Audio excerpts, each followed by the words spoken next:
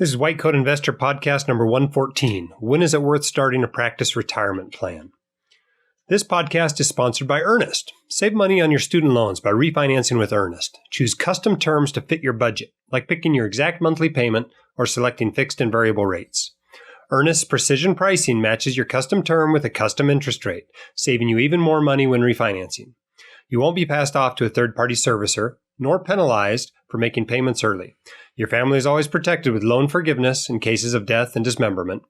Get $500 when you sign a loan with Earnest using the links found in the podcast show notes. The special White Coat Investor deal gives you $500 back, in addition to awesome low interest rates and the ability to set your terms on the loan. They can lend in the District of Columbia and all states except Delaware, Kentucky, and Nevada, although they can only offer fixed rates in Alaska, Illinois, Minnesota, New Hampshire, Ohio, Tennessee, and Texas. Check out Earnest today for lower student loan rates and get those things paid off. Thanks so much for what you do. If you're on your way to work, your way home from work, you're working out, whatever you're doing, and listening to this podcast, I want you to know that I appreciate the work you are doing. Also, check out our updated Reddit page. We got a little bit of help recently from a Redditor who has made our Reddit page a lot more useful. There's the wiki there. There's some additional links that are helpful. You can add flair to your posts, which puts a lot more color and organization on the page. So be sure to check out the Reddit if you haven't yet. If you haven't been there in a while, check it out again. Another new addition we have on the website is our new financial advisor page. Over the years, we've had a lot more financial advisor sponsors. And so as time has gone on, the page has become longer and a little bit less useful. It just became unwieldy. And so what we did recently over the last couple of months is reorganized it and put some premium sponsorships at the top where you can really get to know 10 of our financial advisor partners really well. We have videos there. We're going to have links to them being on the podcast. So you can really get a sense of who they are and how you can work with them before you call them up and set up your initial appointment. So check that out. It's a lot more standardized. It's a lot more useful. And I think you'll enjoy that either for yourself if you need a financial advisor, or if you just need some place where you know you can send your colleagues and your friends and even your family members and know that they're going to get good advice at a fair price. In fact, as part of that, I'm going to start bringing these featured partners onto the podcast from time to time. And today we're going to have Daniel Wren come on the podcast. I'm excited to have him. So we're going to go into that interview now. You'll learn a little bit more about him, and then we're going to answer a few of your questions together. All right, our guest on the podcast today is Daniel Wren, CFP. He's a financial planner. He's been a partner with the White Coat Investor now for several years. And in fact, I have known Daniel from some other instances as well. He's come out and skied with me a couple of times here in Salt Lake. And it turns out he's a very accomplished skier. I tried to kill him the first time we went skiing. We went off a cliff there at Solitude up Big Cottonwood Canyon, and he negotiated it just fine. So if you're looking for a good skier as a financial advisor, he might be your guy, but usually that's not on people's lists of requirements. At any rate, welcome to the show, Daniel. Thanks. Yeah, thanks for having me. I appreciate it. Yeah, and it was good to come out and see you last year as well in Kentucky. Yeah, you got to check out the horse track. Yeah, we went and checked out the horse track. So this is great. He really wined and dined me there. We went and got breakfast at the horse track, which was an excellent breakfast and a very blue collar crowd. It was a fun time. We like fancy places out here. Yeah, it was pretty fancy. But the nice thing about it is when you look at how Daniel manages his money, you know, he's going to be just as careful with yours as he is with his. And so that's actually a good thing in my book when I see somebody that's, you know, relatively frugal. Yeah, cruising in my 2003 Avalon. Yeah, that's right. That's right. Well, speaking of financial planning, why did you decide to become a financial planner? Well, I'd say like in the early days, so I started in 2005, but initially I was kind of drawn to like the idea of just generally helping people with money. I was kind of into finance. That's what I took. My degree was in finance. So I kind of liked that idea, the whole idea of helping people with money. I'm also kind of a technical guy. Like I'm pretty analytical. And so, you know, financial planning is, you can kind of get into the weeds a little bit as well. So, but what really I think has kept me in it and I've really enjoyed the most is seeing people realize the benefits of good financial planning. So actually helping people through that whole process and seeing them kind of get to that point where they're not worried about their finances or they're, on track for their goals. That's what I would say has really kept me in it. So is there a bad part? I mean, what's the worst part of being a financial planner? The tough part is when people don't execute. Why is that tough for you? I mean, I know why that's tough for them, but why is that tough for you?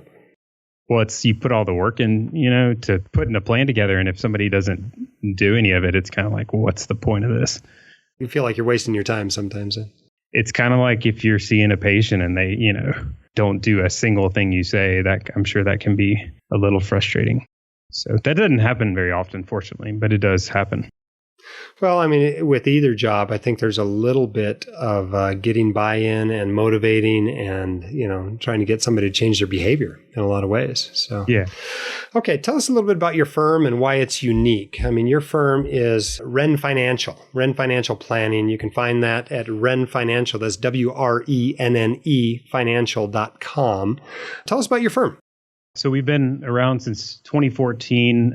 I transitioned from my other firm, started this firm. So I would say what makes us unique is we have a really high concentration of young physician families in particular, which has been really helpful because we've kind of been able to really hone in on what sort of problems they have and then, cater solutions to that specific type of situation. Also, what's been kind of nice is developing over time. I came up in the industry where it's kind of like an eat what you kill, like every advisor has their own little business entity. That's just kind of a lot of how the industry is set up. But what we've set our business up is to be more like a team. So there's 2 CFPs now, myself and Jen Quire. We have some support staff as well, but we've been developing it and building it to be more of like a team sort of environment to where it's not just your clients, my clients. It's more of like everybody works with everybody to add more value. We have very flexible services compared to the norm. We've set it up to kind of have like a option for do-it-yourselfer types where we can kind of give them advice, give them the tools and hand it off to them. And then we've also got a little bit more robust services where they can kind of like outsource more stuff to us if they're not really into doing it themselves. And then all of that, we offer kind of a flat fee setup where we can incorporate all of that. We try to steer away from conflicts of interest when we can. So that's, I feel like, a less conflicted model. Now, you do a lot of student loan advice as well because you've got these young physician families. Yeah, we manage more student loans than we do assets. That's kind of we got a lot of student loans that we're helping people out with. So fiduciary, fee only, no commissions, transparent pricing. Yeah. Those things you forget to mention, but they're really rare in the financial advisory world. Now, they're not rare on my list of recommended advisors, but they are rare in the general financial advisor world. Yeah. Sometimes we gloss over that kind of stuff. Yeah, your list is a good list, but if we're talking about the industry as a whole, yes, those are big time differentiators. Yeah. All right. Well, let's get to some listener questions here. Our first question's on the SpeakPipe. This is coming from Tyler, who's a graduating medical student. Let's listen to his question here. Hi, Dr. Dolly. I'm a relatively new listener and supporter of the White Coat Investor, but I'm a rising fourth-year osteopathic medical student, and I'm considering family medicine for residency, mostly in Texas. My wife and I are really serious about moving back to South Texas, or place of low cost of living, and we're about a year out from potentially buying a house. And I know you're very against residents buying a home, but assuming we get residency down there in South Texas where I'm planning to live, low cost of living, and we want to stay there after residency in our minds. It's close to her family. It's very well thought out in that sense. Do you see any way that a house in the low 200s or even upper 190s would be something that you could endorse? Would appreciate your blessing, willing to live like a resident for 2 to 5 years in that same house after residency? Is that something you could get behind and make a rare exception? I will have about $350,000 in student loan debt, of course. I know that's extremely significant. And my wife, we are expecting our first child this September, which would be in the 4th year of medical school. And she has her master's in business, hasn't decided when she would go back to working yet. And we are relocating from Tennessee to Texas. Additionally, I'm not planning on doing public service loan forgiveness and plan on refinancing my loans with one of your people in the early part of residency. Okay, so basically he's buying a house or thinking about buying a house during residency and trying to justify it. What do you think? What would you tell him if he's asking you this? Yeah, so I give him credit for reaching out for advice first. That's a big deal. So we have like an all-in cost calculator for home purchases. For a $200,000 home, if he's financing 100%, I made a few other assumptions, but like our number would be to be about $1,800 a month, like all in, and that includes everything. So what's a resident's take-home pay going to be, Jim? What do you think? Like, I mean, I think they're probably averaging 60,000 now, 55, 60,000. So like, let's say take home 3,000, 3,500, something like that. That's what I was thinking. So that's like what, $1,200, $1,500 a month left over after the mortgage payment and everything else that comes with it. So that's part of the challenge is that is not very much. I would say not enough wiggle room when you have $350,000 of student loans and a kiddo on the way. It's just not going to be enough wiggle room. And what happens, you buy the house. When I bought my house, the first year, actually, we had like 2 big, huge trees that we had to take down totally unexpectedly. And I mean, it's like $5,000. And all of a sudden, so that's where residents go into credit card debt. So in short, I would say I would steer clear of that and not do that. And instead like rent and really shoot for a lower priced rental as well. It's just not going to be enough wiggle room. Yeah, I mean, I'm not a huge fan of owning during residency period. Now, you can tell he's read that recommendation, based on how he asked the question. And so he justifies it by saying, hey, I'm going to stay in the house after residency. Well, when you're going to be there for 5, 6, 8 years, yeah, the numbers start changing a little bit as far as renting versus buying. Now, still, you got to keep it within something you can afford. You can't rent something that costs $2,000 any more than you can buy something that costs you $2,000 a month. But once you get out there to where you're holding on to it for a while, then sometimes it can make sense. But the problem here is that attendings don't like living in resident houses. Once you're making $200,000 a year or $250,000 a year or $400,000 a year, it's really hard to get excited about living in that house you could actually afford as a resident. And so kudos to those who can do it for a while, but I think planning to do it for years and years afterward in order for the decision to make sense is probably folly. Yeah, there's also a little trick I've seen with lenders that's probably important to mention is they commonly will really emphasize like grace period on your student loans and potentially even like deferment or forbearance. Just that's going to help you close the loan better or faster or more efficiently. And that's like a terrible decision. Like going into grace period on your loans is typically unwise. Yeah. And it's just a bad start. Especially for Tyler here. I mean, Tyler's looking at doing family medicine, so presumably he'll have a lower than average physician income. Maybe he's making $200,000 when he gets out, and he owes $350,000 in student loans. So he says he's not going for public service loan forgiveness, but maybe he should be, right? Even if he doesn't make all these tiny payments during residency, just that debt to income ratio, he's still going to come out ahead doing public service loan forgiveness if he can get a job that qualifies for it.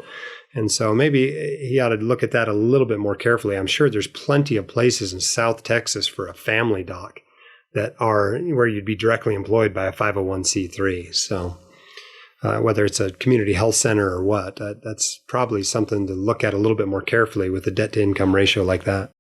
Yeah, I agree. All right, let's take the next question. This one comes from Dustin. I'm a small practice owner with 2 docs and 1 PA. I'm interested in starting a retirement plan for the office, like a 401k or profit-sharing plan of some kind. I assumed naturally that this would allow me to save a significant amount of money, but after looking at the amount that I have to pay in fees to administer the plan, according to regulations, I'm giving up 10% or more for everything that I can save right off the bat. This means that I'll have to be in a significantly lower tax bracket in the future in order to recoup that kind of expense. The lack of a retirement plan right now does not seem to be a barrier to hiring quality employees, so I'm not sure if it would be better for me to just not offer a plan, and save the money that I would otherwise have paid into a taxable account and plan for retirement otherwise. I'm curious what your advice would be to a business owner who has to cover some of the expenses. A retirement plan seems like a great deal for employees, but I'm not so sure it's great for the practice owner. Thanks for the advice. Okay, so basically Dustin's asking here, should I start a retirement plan for my office? What do you think? What would you tell him to do if he came in and started talking about those fees and the match he'd have to pay for his employees? Would you say go for it, don't go for it? What should he consider?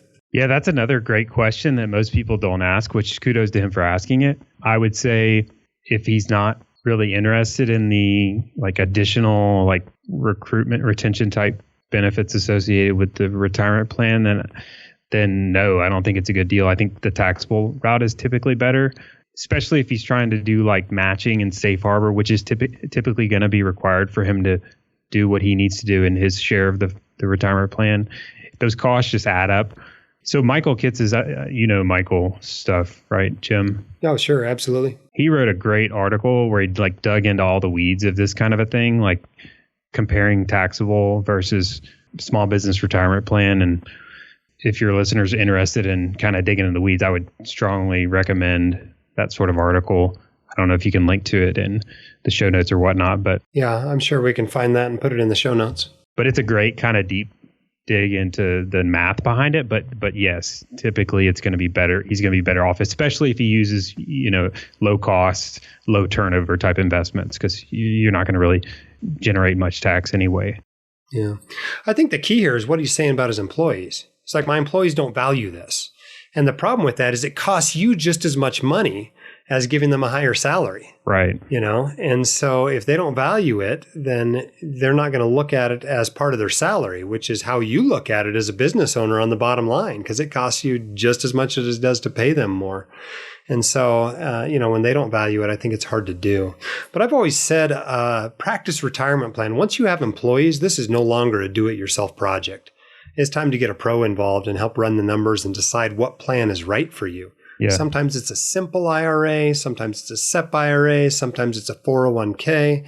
There's half a dozen ways you can structure that for a practice. Sometimes it is not having a plan and just investing in taxable. I mean, you can still do, a backdoor Roth IRA for you and your spouse each year. Maybe your spouse has a job and they have a 401k available. So there's other things you can do. But the bottom line is, when you're paying just as much in fees and match as you are actually saving in taxes for using this account, and if the employees aren't valuing it, then forget it. Why bother? Yeah, no, definitely not worth it. But it's definitely a very, very complicated analysis. There's a million different ways to structure it, like you said. So that's a good point too. Yeah. Okay, so let's take our last question we're going to do together. This one comes from someone who calls herself Clueless in Connecticut, and she's actually got 2 speak pipes with her questions on here. Let's listen to both of them all together, and then we'll go through her actual questions here. Hi, Dr. Dolly. You answered one of my questions before on the podcast, and I figured I would turn to you for additional advice. I currently work as an employed physician at a health center that offers 401k retirement plans to all of its employees. My employer does offer a match, 100% of the first 3% invested, and then 50% of the next 2% invested. When I was first hired shortly after residency, I was pretty unfamiliar with investments and didn't know what an index fund was. I began contributing the max allowed, and thus far the majority of the funds are in the JP Morgan Smart Retirement Plan, the 2050 plan Class A to be exact. There are several expense ratios that are listed, and I'm not sure which one is the quote-unquote true expense ratio. For example, there's an annual report gross expense ratio of 0.53, an annual report net expense ratio of 0.37, and a prospectus net expense ratio of 0.88. The second part of my question is that in learning more about investing, I decided to transfer the money from my rollover IRA from residency into my current 401k. But for this rollover, I have it attributed to the Vanguard 500 Index Admiral Fund. Over the past few years, my job's 401k has added 2 additional Vanguard funds, the Total Bond Market Index and the Vanguard Total International Stock Index. I'm considering reallocating the funds that are in the JP Morgan Smart 2050 plan and doing my own 3-fund portfolio, which would comprise of 90% stocks. I'm considering 55% of that would be in the Admiral, the 500 index Admiral, 35% in the total international stock index, and then the remaining 10% in the total bond market index. I'm curious to know your thoughts on this strategy. I'm 36 years old and I have at least 20, if not 30 more years left to practice. Is this too aggressive? And how and when should I reallocate? Am I reallocating all existing money or only new contributions? Also, should the stock price influence my decision? For example, the total international stock index price is $27.18 per share, whereas the Vanguard 500 Index Admiral is $258.20 per share. Thank you so much for listening. I really appreciate all the advice you've given thus far. Okay, so our first one is she's trying to figure out what expense ratio she's actually paying on this JP Morgan 2050 fund. How do you help people figure that out? Yeah, I think she was specifically the one she was referring to that was correct was the net expense ratio. So net is a good word to look for. It's 0.88 on the specific fund she was asking about. But I think my suggestion would be try to look to other sources. A lot of times the stuff you get through your retirement plan provider is very difficult to interpret. And so I do this myself is I'll go to like Morningstar or a brokerage firm website like a TD Ameritrade or E-Trade or something like that, and then look up the ticker there. If it's got a ticker, if it's got the 5-word or 5-letter abbreviation, you can look it up anywhere, and a lot of times they'll just show you the real expense ratio. Yeah, what people have to realize is that especially with a lot of these, I hate to say advisor sold because they're not really advisors. Broker sold funds is maybe the proper term. These loaded mutual funds, there are multiple share classes. There's A and C and B and J and N, and, it's all has the same fund name, but it's a different share class with a different ticker and a different expense ratio. And sometimes some of those share classes have a load, even inside a 401k. And so you really have to get to the bottom of that particular fund to see what you're really paying. And what you'll sometimes find out is that you're paying a 5% load plus a 1.5% expense ratio. And that's obviously a terrible fund to be using, especially if you got better options in the 401k, which it sounds like this doc does. Which brings us to her second questions here. Should I move my money out of this JP Morgan, target retirement fund into something else? And what would you talk to her about if she was asking that to you? All day long. That particular JP Morgan fund has 8 different share classes. So that, like you were just saying, that's a classic example. And the one she was referring to, it has some commissions and stuff like that built into it. So the alternative funds she was asking about, they're just plain vanilla Vanguard funds, and they're going to be way lower cost funds. So that's a fantastic move, as long as she can set up a kind of a systematic method plan for keeping them balanced the way she needs to, then that's definitely a great move, because she's going to be able to cut her expense ratio, like 80% or something like that, a ton as a result of doing that. Yeah. So she asks, is it too aggressive to go into a 3-fund portfolio? She's talking about going out of a 2050, target retirement fund, which has got to be 90% stock or something like that. Anyway, I haven't looked at the specific asset allocation in this fund. It's almost the exact same. I don't think it's too aggressive necessarily to go into a 3-fund portfolio. So it's about the same thing. You're just reducing your expenses. Right. Her that particular fund, the JP Morgan fund, it was like almost to the percent the exact same. Yeah. It also sounds like she doesn't understand exactly how rebalancing works. Can you explain to the listeners how you should rebalance a portfolio? Yeah. So I think she was saying targeting like 55% in the S&P fund, 35% international, 10% bond. So that would be like your target allocation. And so you initially, when you decide that's the target, then you say, okay, let's move 100% of my JP Morgan fund into that new given percentage for the existing balance.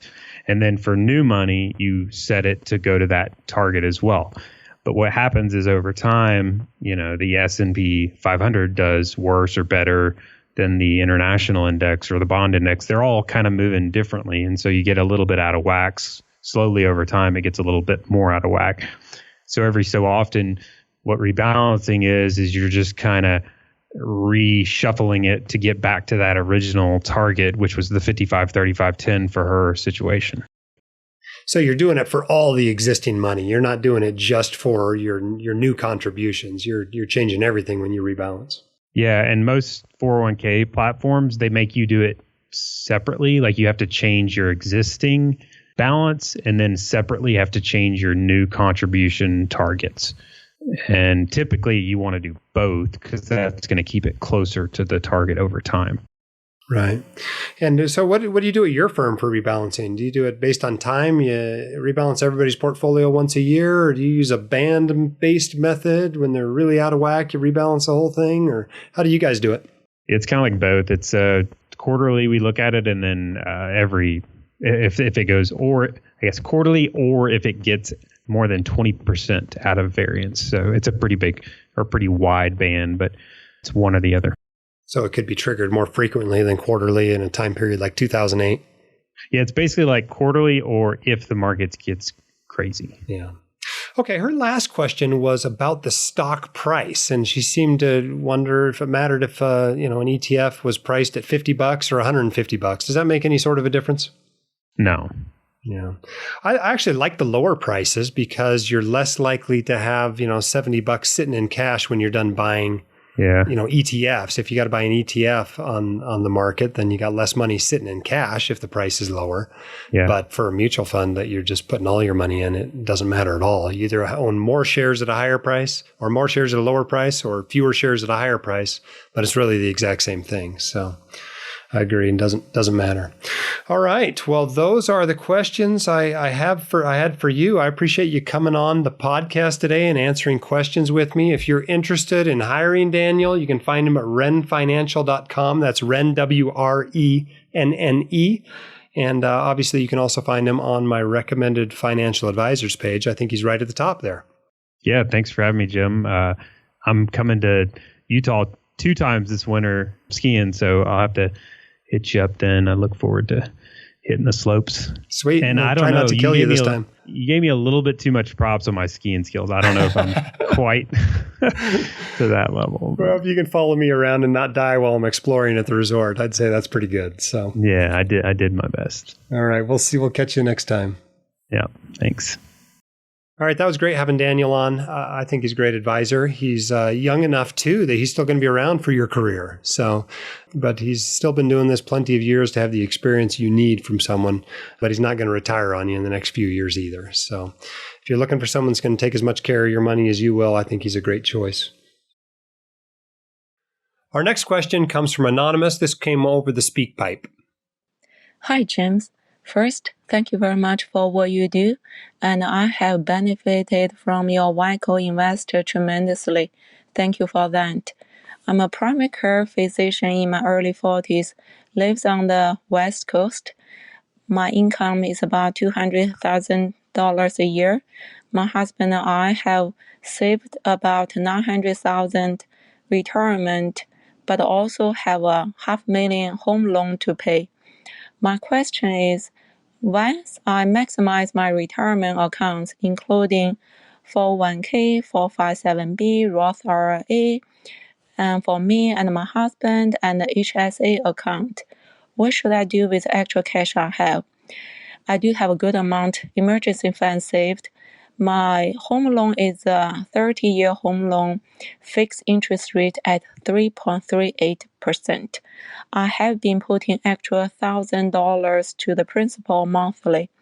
Should I put the extra cash to 529 to support my children's education? My kids are 7 years old and 11 years old. Or try to put more money into my home loan, pay it off quicker, or invest in a taxable account? And I would like to get your thoughts on those questions. Thank you so much. This is a West Coast doc who was basically asking, should I pay off my mortgage or should I invest in a taxable account or should I put it in a 529 after I max out retirement accounts?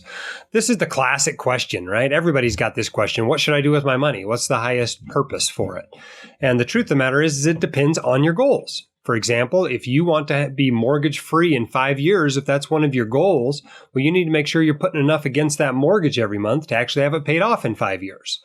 And so you need to calculate out how much that is and put that much toward the mortgage. Same thing with a 529. If your goal is to have $50,000 or $100,000 or $200,000 in a 529 when your kid turns 18, well, how much do you need to be putting in there every year to reach that goal? And if you're putting in enough there to meet those goals, then you invest the rest in taxable, or you spend it. Go to Europe or something. I don't care. But the point is, you need to be saving enough to reach your goals. And then anything extra, if you want to save it, you have to save it in a taxable account. And anything that you don't want to save, you can go ahead and spend. One thing I do think about that situation, though, if you've got $500,000 in debt and you've got a $200,000 income, that's quite a bit of debt. And so I might be a little more inclined to work on paying that down just because I'd be uncomfortable with the amount of debt there than if I had a $500,000 income and a $200,000 debt. All right, our next question comes from Lynn. Hi, Jim. I have a question about my kids' UTMA accounts.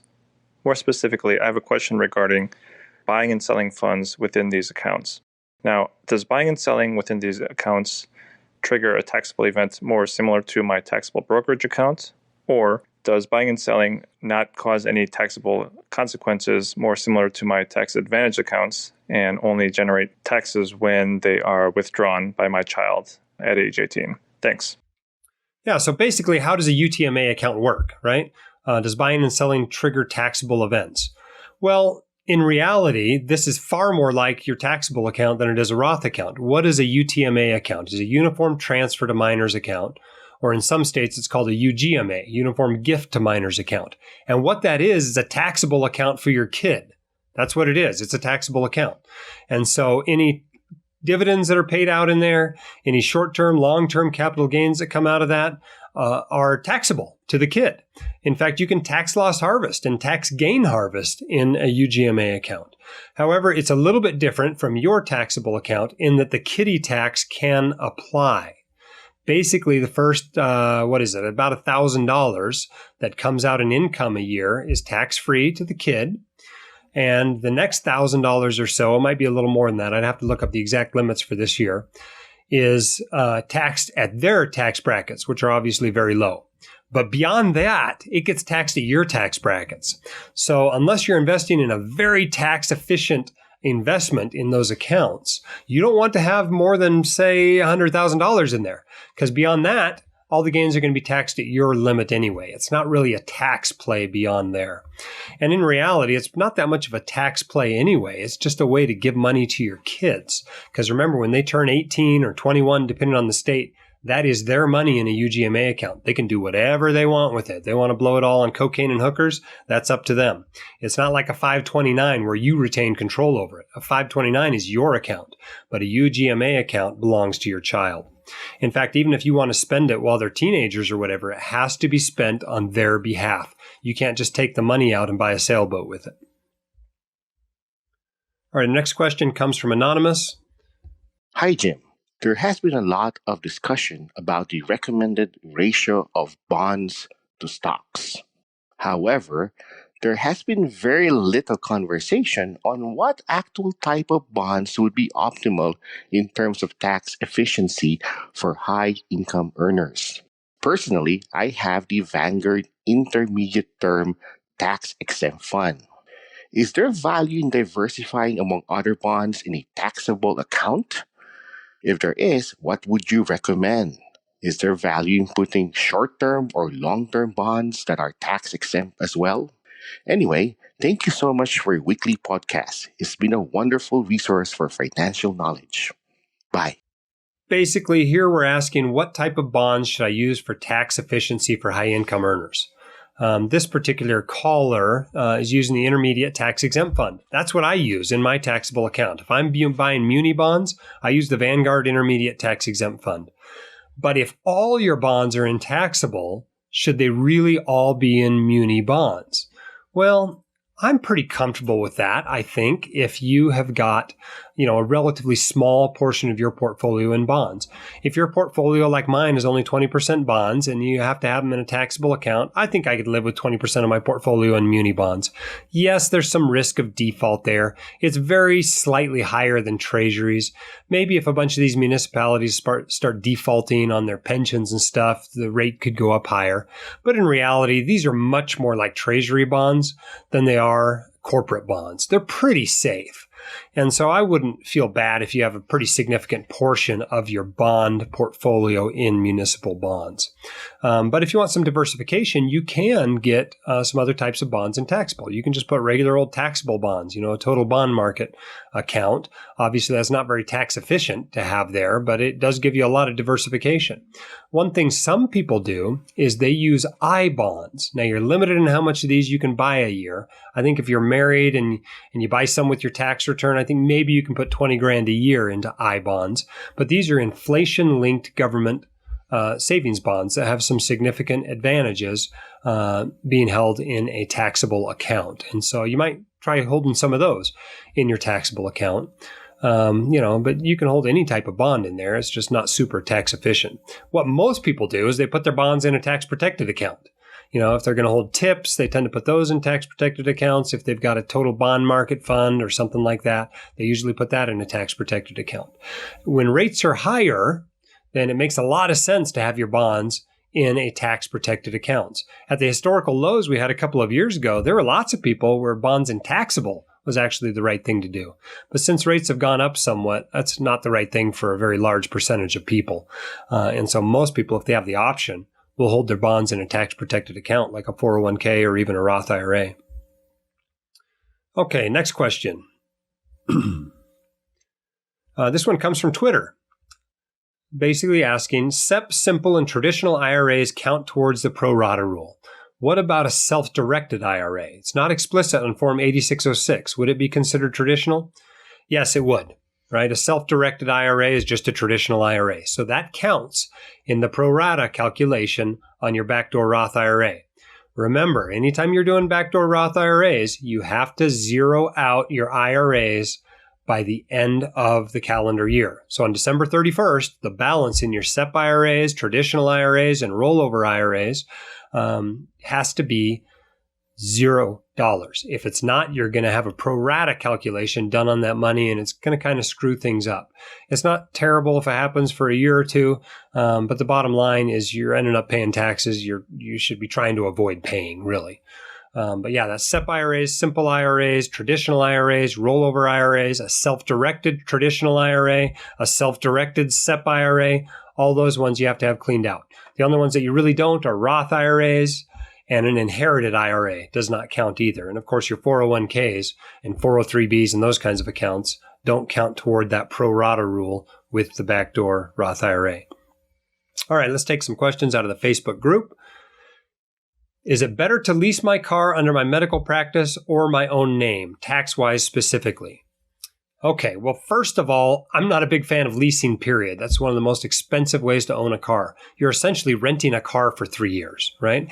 And if you think about it, if you're going to be renting a car, you have to pay at least as much as the car costs to run, plus enough for that company to cover all its expenses and for that company to make a profit. So, of course, it would be natural that it's going to cost more than it would just to own that car, right? It's only logical. And so, in general, I don't recommend you lease cars at all. Now, if you're going to lease it, if I can't talk you out of leasing a car and you can lease it through your practice and write it off, then sure. Of course, that's going to be better than leasing it in your own name, right? But, in general, don't lease your cars. Come on. Cars just are not that expensive. A doctor should be able to buy a car. Reliable transportation can be had for $5,000. Surely you can afford that on a doctor's salary, especially if you own a practice. I mean, come on. All right, next question also from the Facebook group. Talk to me about homeowners insurance. We need to find a policy for our new home. We used a broker for our last home, but I'm wondering if we are spending money unnecessarily for that. Are the broker's commissions tacked onto the premium? Is there really an advantage to using a broker versus shopping on your own other than convenience? Well, here's the truth about brokers and insurance. It typically does not cost you more to use a broker. Now, the insurance company does pay the broker a commission out of the premiums that you pay. But they're basically just saving that commission when you go directly to them. It doesn't somehow end up in your pocket. Now, maybe if everybody quit using brokers and insurance agents, they would lower their premiums. But the bottom line is you're basically already paying to get that advice and that assistance from a broker. So you might as well get it. And that applies to homeowners insurance. That applies to auto insurance. That applies to disability insurance, right? You have to buy this from an agent. You might as well use the agent to get more information about it. We use a broker for our health insurance. We buy health insurance on the open market. That's why it always cracks me up when people are paranoid about health insurance. How do I get health insurance? Well, you buy it like anything else, just like you buy groceries, just like you pay rent. You go and you buy health insurance. Yes, it's expensive stuff. Cracks me up about Cobra too, right? All anybody knows about Cobra is that it's super expensive, right? Well, no, it's not super expensive. It's exactly the same price. It's just the employer isn't paying for it anymore. You're paying for the whole thing. And so, if you need Cobra, go ahead and use Cobra, but certainly don't feel badly about using an insurance broker if you need insurance. You're likely going to find a better deal and have less hassle. So I'm a big fan of that. All right, so let's talk about the next question. This one also from the Facebook group. I've seen several people mention that refinancing student loans eliminates the dischargeable on death clause and to factor that into your life insurance policy, which I did do. I just refinanced with Laurel Road and they do discharge the debt in the event of death or total disability. Looks like SoFi does as well. Okay, well, it's not really a question, but it certainly is true. In fact, I've written a blog post that'll run in a little bit. Maybe it'll even run before this podcast does. But the truth of the matter is that most of these private companies will discharge your loans in the event of death. And many of them will do it in the event of disability as well. It's not like those coverages that the federal direct student loan program is offering are awesome, right? I mean, even if they forgive your student loans because you died, they're still going to send you a 1099. That forgiveness is taxable. And so the whole thing doesn't get forgiven. Just a portion of it does because you're going to owe taxes, or rather your estate is going to owe taxes on the rest. As far as their disability, forgiveness, you have to be disabled for 5 years before they do that. 60 months you have to be disabled, right? And so I don't know what you're going to do in the meantime. Just let it run, I guess. But if you somehow become undisabled in that time period, you're going to have a whole bunch of extra interest to pay. So these are not awesome benefits you're getting through the direct loan program. And most of these private lenders are offering basically the same terms. Just read the fine print so you know which one is offering which. Or take a look at that blog post I recently did that goes through them one by one and lists out what their policies are in the event of death or disability. But the truth of the matter is that you are going to save a ton more money refinancing. You'll save more on interest than you'll pay in that extra debt, in that extra life insurance and disability insurance that you'll buy to cover that, right? If you take a look at it, what does it really cost to buy enough life and disability insurance to cover a $200,000 debt for 5 years? Well, it costs about $1,000 total. That's what it costs to buy life insurance and disability insurance to cover that student loan in the event it isn't forgiven. And what are you going to save if you can refinance from 6% to 4% on a $200,000 loan? Well, over the course of a 5-year loan, you're going to save about $11,000 in interest. So, buy a little more insurance. It'll cost you $1,000 and then save on the interest. That'll save you $11,000. Really, it's a no-brainer there. So, be careful with that. All right, make sure you check out the subreddit. It's got all kinds of new stuff on it. And if you like Reddit, boy, we could sure use some more discussion in there and some more knowledgeable people answering questions. It's a great resource. And also check out our new financial advisors page. There's lots of great videos up there. You can get to know our financial advisor partners a little bit better and really find who you're comfortable referring your friends and family to. Or if you're looking for an advisor, check it out as well. These are all people that you can get good advice at a fair price from. Our sponsor for this podcast is Earnest, a student loan refinancing company. Save money on your student loans by refinancing with Earnest. Choose custom terms to fit your budget, like picking your exact monthly payment or selecting fixed and variable rates. Earnest precision pricing matches your custom term with a custom interest rate, saving you even more money when refinancing. You won't be passed off to a third-party servicer nor penalized for making payments early. Your family is always protected with loan forgiveness in cases of death and disability. Get $500 cash back when you sign up for a loan with Earnest using White Coat Investor links. You can find those in the podcast show notes. But check out Earnest today. If refinancing your loans is right for you, go to our links in the podcast notes and go to Earnest and check it out, because you'll get not only a lower interest rate, but you get $500 cash back, and you still get death and disability coverage. Head up, shoulders back. You've got this. We can help. We'll see you next time on the White Coat Investor Podcast.